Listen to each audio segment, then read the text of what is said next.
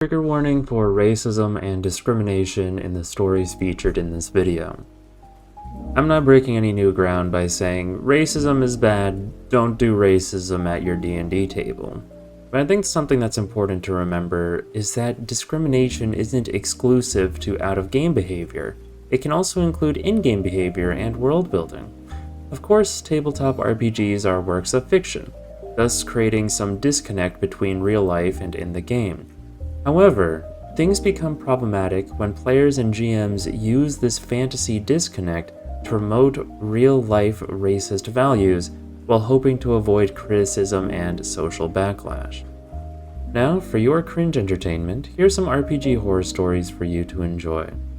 In the background, I've prepared some Diamond Rank Teamfight Tactics gameplay to satiate our human desire for bright colors and stimulus. Now, without further ado, here's our first story from Reddit user FarAttention6548. Post titled D&D Player Demands Aryan Homebrew Race. Roll post. About 3 months ago, I started playing D&D with some acquaintances from the game shop. The DM and I had experience playing Magic the Gathering together. He was a creative type, so he decided to homebrew a new campaign from the ground up. And when I say homebrew, I mean he pulled no punches. This campaign was to be a mishmash of different themes colliding due to the convergence of the realms. He wanted us, the prospective party, to kind of run with the creativity as well. So he told us we could create our own homebrew races and classes. He would review them to make sure they aren't overpowered, but he wanted us to go nuts with the creativity so he could build on that. There were 4 of us playing, me and 3 other guys. Guy 1 creates a dinosaur race based on a triceratops and makes him a druidic savage, which is sort of like a mix between a druid and a barbarian.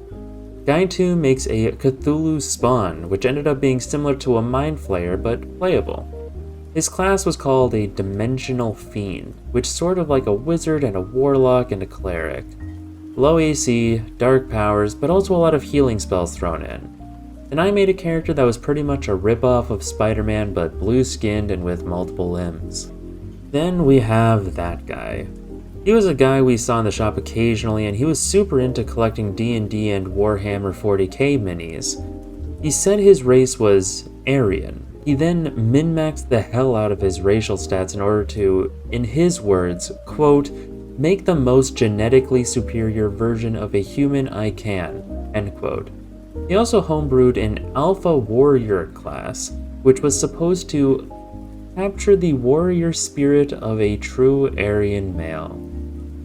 As he was describing it, we all just looked at each other like, what the fuck? And after a moment of silence, the DM says, we're not doing that. That guy then said, why the hell not? It's an interesting concept. You said we could homebrew anything as long as it's not OP. That guy then said, quote, why the hell not? It's an interesting concept. You said we could homebrew anything as long as it's not OP, end quote. He was very OP, just to be clear. DM said, I think you know why I'm not going to allow that homebrew. And then that guy tried to say, quote, it's okay if you disagree with the racial theories behind the concept, just treat him like a joke character, end quote. DM just said, look, maybe this game isn't for you then. I'd really hate to be the dick who says no to a character concept, but I'm not allowing this. He then said, fine, I'll just play with my dumbass brothers for another fucking campaign. And then he pouted and stomped off and left the game store. Never saw the guy again. Very weird encounter, but we proceeded and even picked up 2 new players with 2 new interesting homebrews. One was a Wookiee/Bugbear type of monster homebrew, and the other an Elf-Dragonborn hybrid that played like a Warlock or Sorcerer hybrid, but with armor class of a Wizard. End of post. This next story comes to us from Reddit user NoJacket8163. Post titled, Racist DM Abuses My Character. Roll post. Preface. This was my first experience with D&D and took place a few months ago. I was introduced by one of my friends in the group. This campaign took place in a Viking setting and I was playing an Orc Bard. The DM and other players helped me with my character and I was very excited to play. Unfortunately, it took a massive turn for the worse. The first session was very long, and he had set up very in-depth introductions for the other players, some of which were in the same Viking family. Others were introduced as slaves and bought and freed by the other player characters. All of this took about 6 hours, and I was confused where my character fit into this. Finally, we got around to my part. The rest of the party met up and went into a bar. He introduced my character as playing bongos in the corner of the bar. For some reason, the DM started describing my character as a drunk bum in the corner of the bar playing bad music, even though I had created my character as a very intelligent and charismatic man, which he approved. As I tried to RP with the other characters, he kept speaking over me, saying I was very drunk and couldn't communicate. I laughed it off the first time and thought of it as a joke, but he kept doing it, which began to annoy me. He seemed to get flustered as I kept trying to speak to the others, and he rolled his dice and said I failed a constitution check and fell over unconscious because I was so drunk. At this point, I was pretty angry, and the session was pretty close to ending. He had my character wake up for combat at the end of the session, and by then I had cooled off a bit. But he never put me in the turn order or let me attack. The session ended and left a bad taste in my mouth, and I talked to the DM after about what had happened. He brushed it off mostly, and my friend convinced me to come back to the next session. The next session came around and the DM just pretended that I didn't even exist. He didn't acknowledge me at all, and whenever I talked, he interrupted me and talked over me, almost yelling over me. It seemed like he just retconned my character because none of the other characters acknowledged my bard either, so I just left early. I called my friend after the session and expressed my anger, and my friend admitted that the DM didn't like me because I was black. End post. Before we get into this next story, quick content warning for mentions of sexual assault and sexism. This next story comes to us from a deleted Reddit user, post titled, "Player Tries Creating Apartheid State in D&D." Roll post. Recently I removed 2 players from my game. One of these players, I'll call Ace, was removed for some pretty bad reasons. The second player, Hard, enabled these behaviors in-game and out-of-game. I added Ace sometime after the game started, and they were fine at first.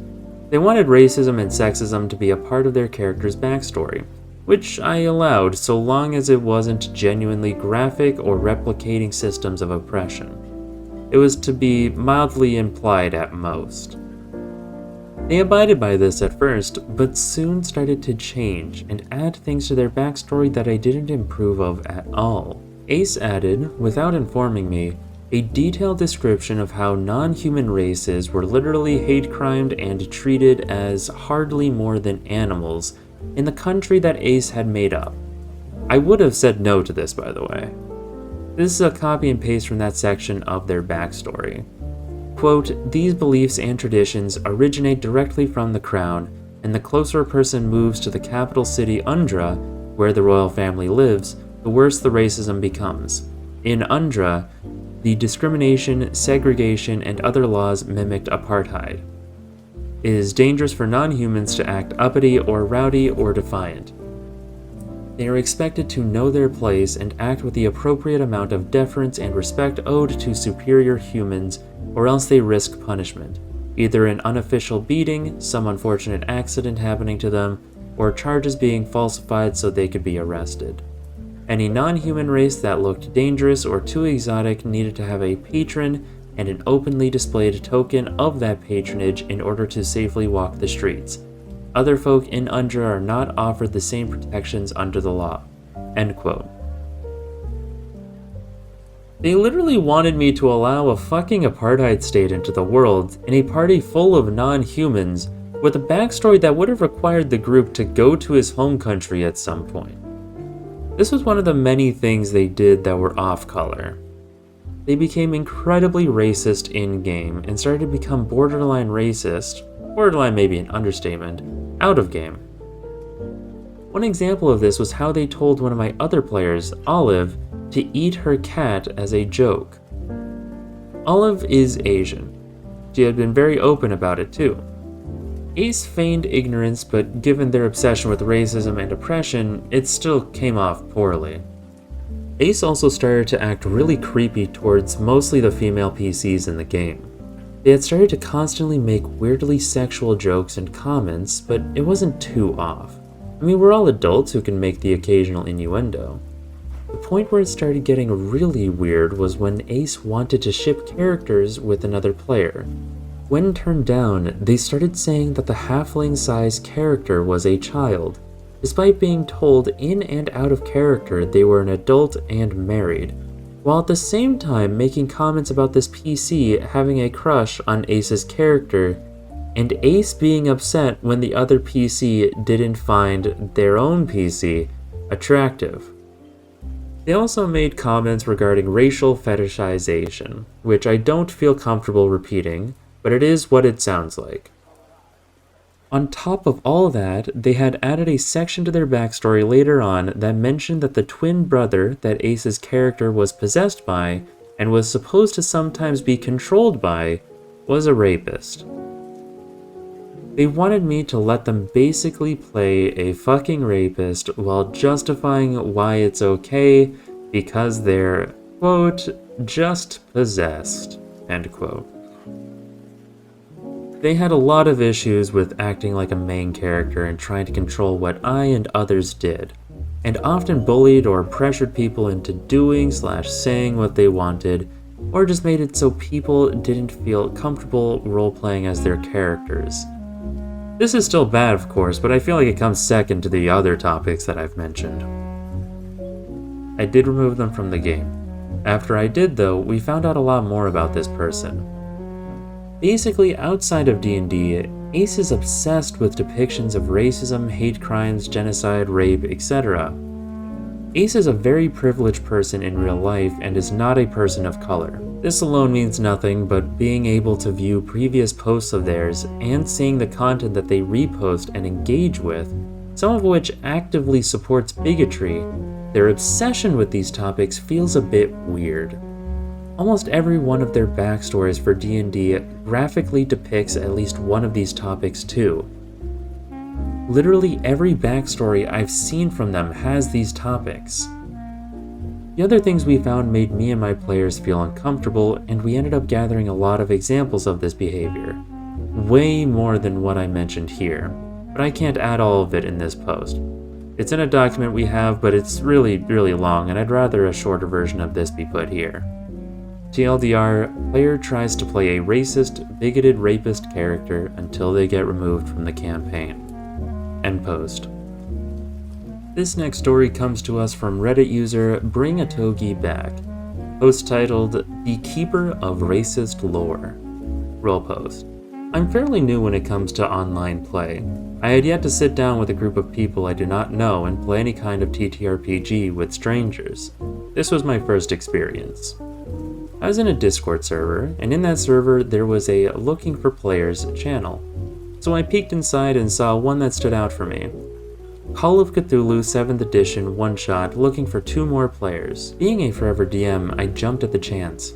I've loved to DM Call of Cthulhu in the past, and I thought that I would really enjoy being a player, not knowing what to expect from my character. So I joined the group and get added to a call, where we sit down and have a session 0. This is highly unusual for any Call of Cthulhu scenario to have, unless you're doing a big campaign. But I thought this was a good thing, for the DM to sit down and talk to us about the setting that was 1920s America, and help us write our characters into the story. And I was oh so wrong. The DM, or Keeper of Arcane Lore as it's called in Call of Cthulhu, starts talking about the setup for the scenario, and then mentions, quote, this takes place in 1920s America. America in the 1920s was a racist country, and there might be parts that some might find uncomfortable. End quote. This piqued my curiosity with how the DM was going to handle this, so I asked, question, how are you going to depict racism in America in the 1920s? Are there going to be signs outside of store that say no colored people and stuff? The DM replies with, Well, yes, that is going to be most likely a thing. And then there might be other NPCs that feel uncomfortable with speaking to people of color. They might not want to divert information to them due to their own ignorance. I reply with, "Alright, that is more than fair, I guess. As long as we don't have to hear the N-word or some other racial slur, I think I'm fine with it." The group chuckles nervously. The DM replies with, "Well, actually, racism was a thing in the 1920s America, and that word was said quite often to address people of color, so there is a chance you might hear it." I was not having this. I'm not saying this as a black man. I'm as white as they get. I live in Sweden. However, I have seen how harmful that word has been in the past, and I was not comfortable with a stranger DM using it so freely. I say, "Well, you can just choose not to say it." The DM responds with, "That would be highly unrealistic since America was racist in the 1920s. Well, I do not feel comfortable with, as a white man such as yourself, using a game as an excuse to utter racial slurs. Look, this game is not for snowflakes. If you do not like it, you can just leave. Nobody is forcing you to be here." I get what you're saying. I have DM'd Call of Cthulhu in the past, but there are so many different ways to go about this. Look, it's all about realism. Just leave if you don't like it. I mean, you say it's all about realism, yet you glance over the fact that Shoggoths and other eldritch horrors exist in the world? I think both me and the group can be perfectly fine with you not uttering that word and still fight against eldritch horrors set in the 1920s.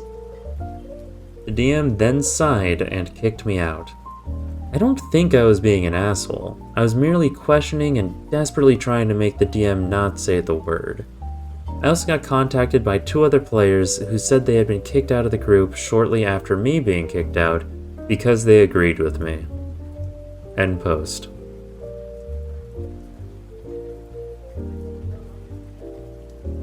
This next story comes to us from Reddit user Santion. Post titled, "One Shot Ruined by Racism and My Own Stupidity." Roll post. I'm a new DM and wanted to host a one-shot adventure for my friends. The adventure would take place inside a Mad Wizard's maze that would be revealed to be SCP-3008 at the end of the night. For this, I requested one thing from my players. Make sure you create a character that has ended up behind bars. Prisoners would be requested to delve inside of this maze of death.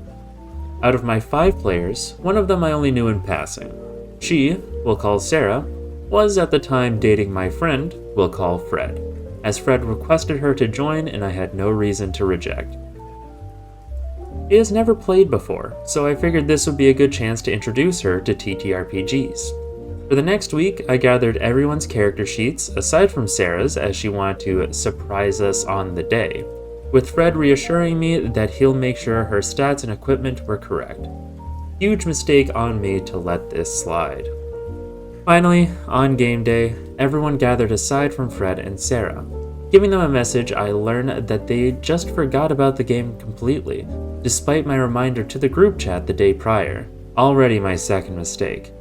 I tell them to come over and that will await them in the meantime. 2 hours later, they finally arrived. No big deal, I'll just cut down what I had planned. I ask everyone around the table to introduce their characters. Everything goes well, some inventive and funny ideas for characters, all until I ask Sarah to introduce herself. Here I'll do a one-for-one quote that escaped her mouth. I'm not allowed to say half of the sentence. Ooh, okay, we'll try this. Quote, "Sup, my friends. My name is African American. I'm from the hood and got arrested after I robbed a store and hid out in my crib. I love eating watermelon and smoking crack." End quote. At this, there was just deafening silence. This white Australian girl just casually spouting this just took us all by surprise. Fred laughed nervously and told us that he never looked over her backstory, but tried reassuring her that it was funny. The worst part, I didn't end the game. I told myself that it would get better, that the worst had passed, but no, it was like this the entire afternoon.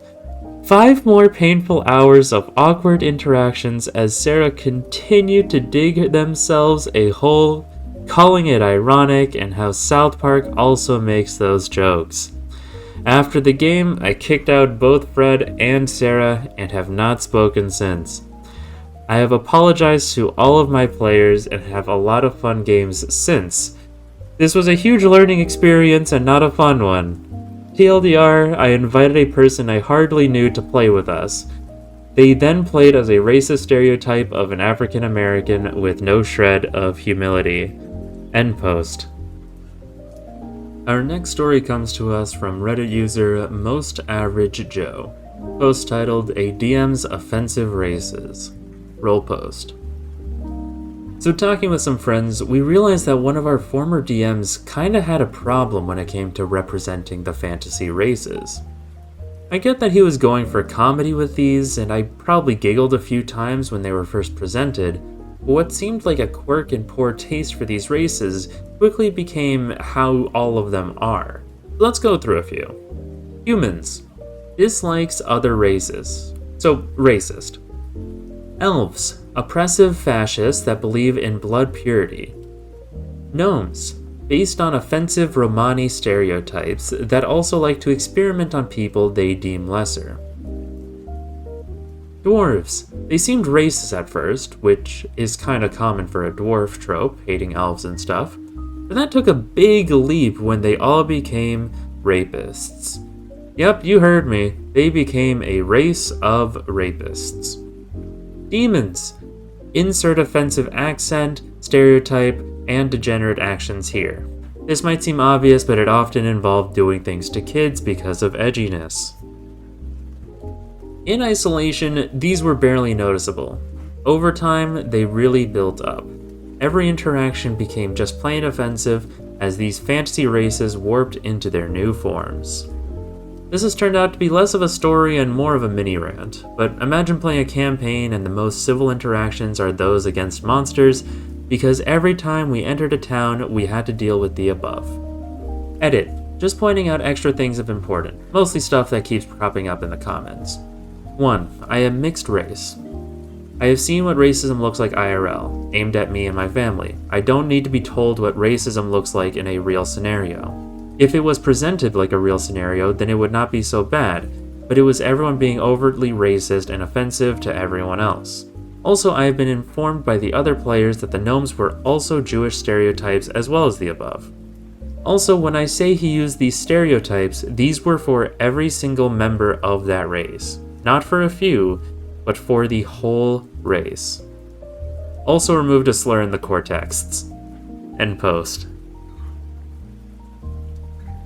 This next story comes to us from a deleted Reddit user, post titled Really Cool Homebrew Campaign and System is Almost Ruined by a Racist Misogynist. Before we get into the post, the OP starts with a prologue/introduction that they've listed as not necessary for the story. Basically, all you need to know is that OP was feeling frustrated with vanilla D&D and wanted to play a TTRPG with less luck and more roleplay. He vented to his friend Jay, who offered OP a place at their D&D game where they play modified D&D 5e. The system reduced the importance of rolling dice and focused heavily on roleplay. The plot of the world is that a multiversal convergence happened, where characters and worlds from all across real-life media got sent to this one D&D world. The DM and players were free to pull from any media for their character creation, dungeons, world building, etc. Seems like a fun time. Roll post. TLDR, some guy we thought was going through problems was actually a racist and a misogynist who hated interracial romance. What a guy. Session 0. This story took place about 3 years ago, and we're all early to mid-20s.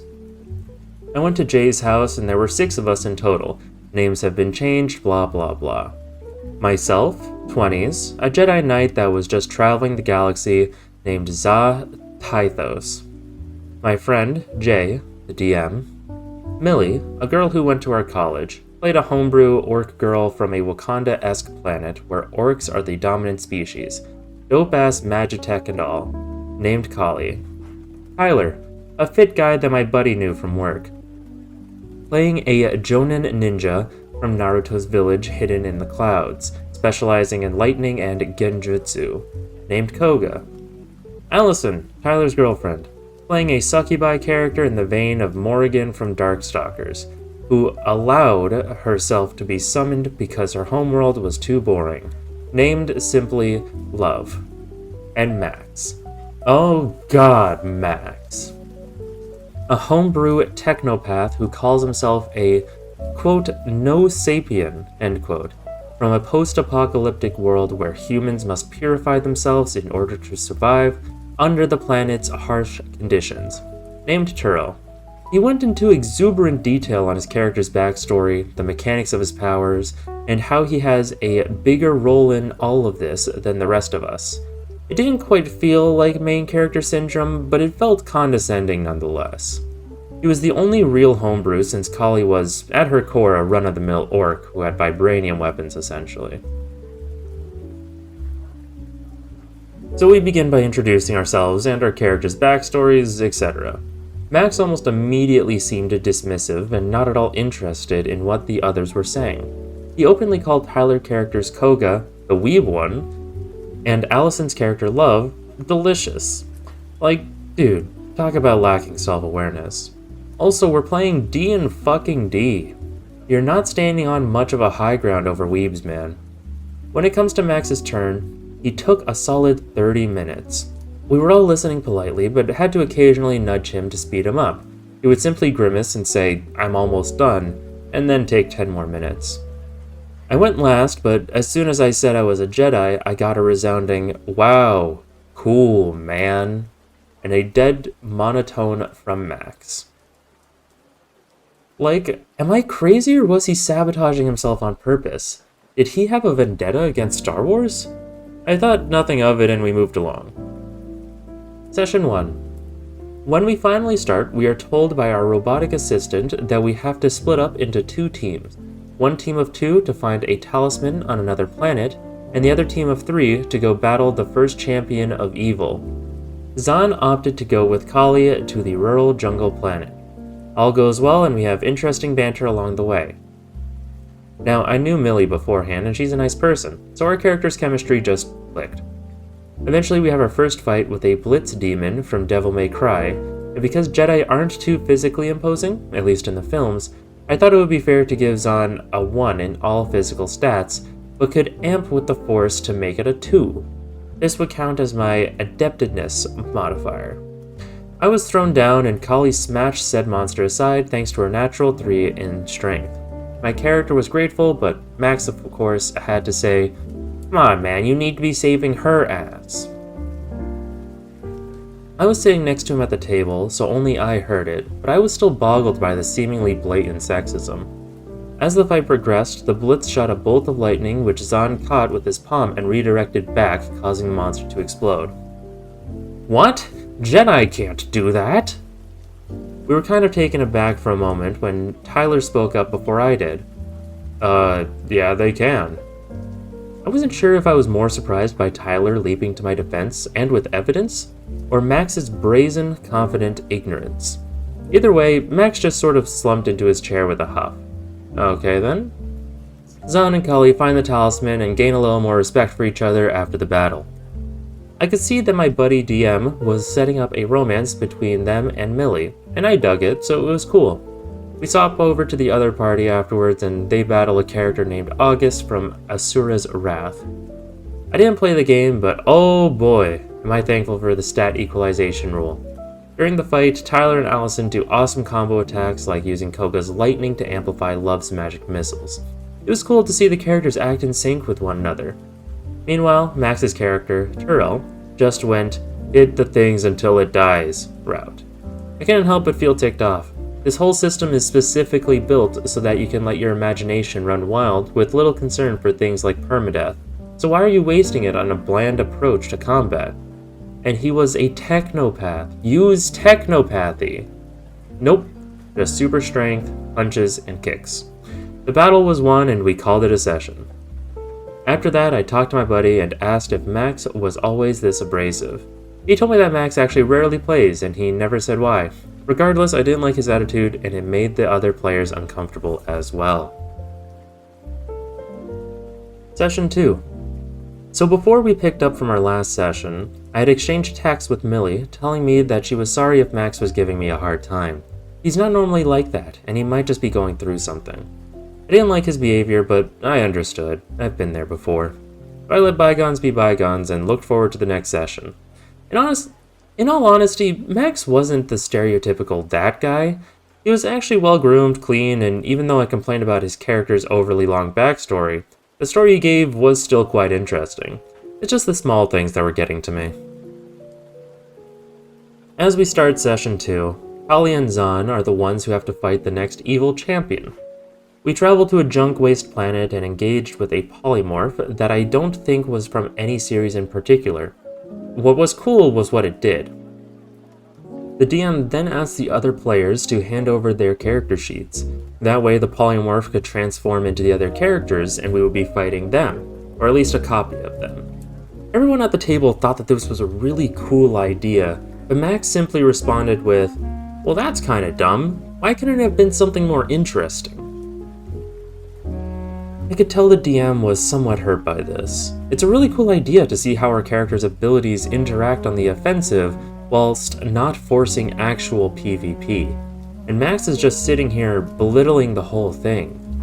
"Well, I think it's dope," Tyler interjected as the rest of us lauded the DM's idea. Max just sulked. Again. He turned over his sheet to Jay. The fight starts and it's pretty rad. Holly struggles against Love's tendrils only to fold them over and over and use them to throw the morph into a cliffside.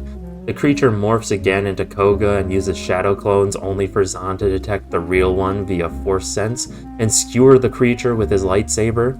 It screeches before turning into Turl and begins summoning giant hordes of junk and scrap metal. It began to fold around him into a scrappy 30-foot tall junk mecha. Max, who is Turl's player, responds with, "You can't do that. I haven't used that ability yet, so there's no way it could copy it." He said it with just a ridiculous amount of cockiness, like he was outsmarting the system. The DM responds with, "Well, it's a magic polymorph, so it can. It's not a big deal." Max then responds with, "Whatever you say, boss. I just don't like it when DMs cheat, okay?" Tyler again comes to the defense. "Dude, that's not cool. We're just having fun. Why are you getting mad about it?" Max just shrugged, saying something about how he didn't think it was fair. Okay, so at first he thought it was a weak boss. Now he criticizes it for its power level. Whatever. The fight concludes with Zahn being thrown like a baseball by Kali's super strength, slicing the behemoth in two, ending the fight. Kali is worried about Zahn, who is injured, and they take shelter in a cove. Once there, they converse some more about life, the Force, her orc religion, their overlap, and love. Max was relatively silent this time around, checking his phone, laughing occasionally at a gif or something. Classy. We turned over to the party of three, and they needed to retrieve another talisman that was in the possession of the next champion, a necromancer in another dimension. On their way, they decide to rest on an asteroid and start a camp, and at some point Turiel smacks Love's ass as she's walking away, saying, "There's more where that came from, sweetie pie." Now, he's in character here, but that just didn't make it any less weird. Especially considering that Allie and Tyler were together in real life. Just to add to the pile of just what the fuck Max moments. They encounter the champion who summons a fucking space dragon with the talisman lodged in between his teeth. It was pretty standard affair, but there were several moments when Love either gets hurt, close to Turl, or lands a hit, when we're told by Max that Turl says, "Don't worry, babe, I got this," or "I oogled her curvy body, giving me immense motivation," and other things to that effect. Again, classy. Boss is dead, MacGuffin retrieved, Session 2 over. We made a separate group chat, without Max in it. We had to do something. He wasn't literally destroying all the fun, but any time he interacted, it was either completely juvenile or just ran contrarian to the campaign or players. It was just annoying. Jade talked to him and all he got was, "Dude, I'm loving it, so I don't see what your guys' problem is. I thought it was just for fun, right? It's not serious." Like, yeah, it's not serious in a critical way, but it was serious in a role-playing way. Session 5. After a small time skip where not much happened. MacGuffins, boss battles, and a lot of romance. All of which Max replaced his vocal criticism in exchange for silence, with a particular sneer for the romance bits. Today, I would find out why. So the band gets back together and arrives on a utopia planet where cities are aligned with marble and vibrant gold. At a certain point, we all choose to turn it in for the night to rest up for the final battle tomorrow. In the dead of night, Kali comes to Zahn's room to confess her forbidden feelings, since it was somewhat against both their cultures to be with someone. For the orc culture, it was customary to wed another orc, and Jedi aren't supposed to marry, period. They have a heart-to-heart and make love. It was tasteful, you know? No exaggerated descriptions of sex, just the dialogue of two people who love each other. They disrobe, and the scene just fades out. Before anything happened next, Max immediately spat out, "Oh, what the fuck is this?" We all just look at him. "What was what?" I asked curiously. "This shit. The whole interspecies thing. You know, dude, I'm out." He gathered his things and left. We were all dumbfounded. What just happened? Now, I never noticed this until just then because it didn't really matter to me, but all of us at the table were white, and Millie's orc was the only non-white character. We ended the session early to gather ourselves after the outburst. It was just so surreal that we didn't know how to react. Later, we received a crap ton of texts in the group chat saying how we were race traitors and... Nope, I can't say that. So, as it turns out, he didn't have some underlying problems going on to explain why he rarely played. He just didn't want to play with some of our friends who were of color. He didn't dislike romance. He hated race mixing. He was quickly kicked out of the game, our friend group, and the like. We would later finish the campaign and it was super fun. I still talk to them and we play regularly on Discord. Tyler and Allie are engaged and Millie is still going to college. So remember kids, don't be racist, don't be misogynistic, it's bad for your health. End post. And that's all the stories I have for today. Thank you for watching this video and I hope that it helped you in some way. Maybe as entertainment, or perhaps as a cold shower regarding your own or someone else's behavior. Regardless, I hope this incredibly niche blend of teamfight tactics and RPG horror stories was helpful to you in some way. Have a wonderful night, and stay safe.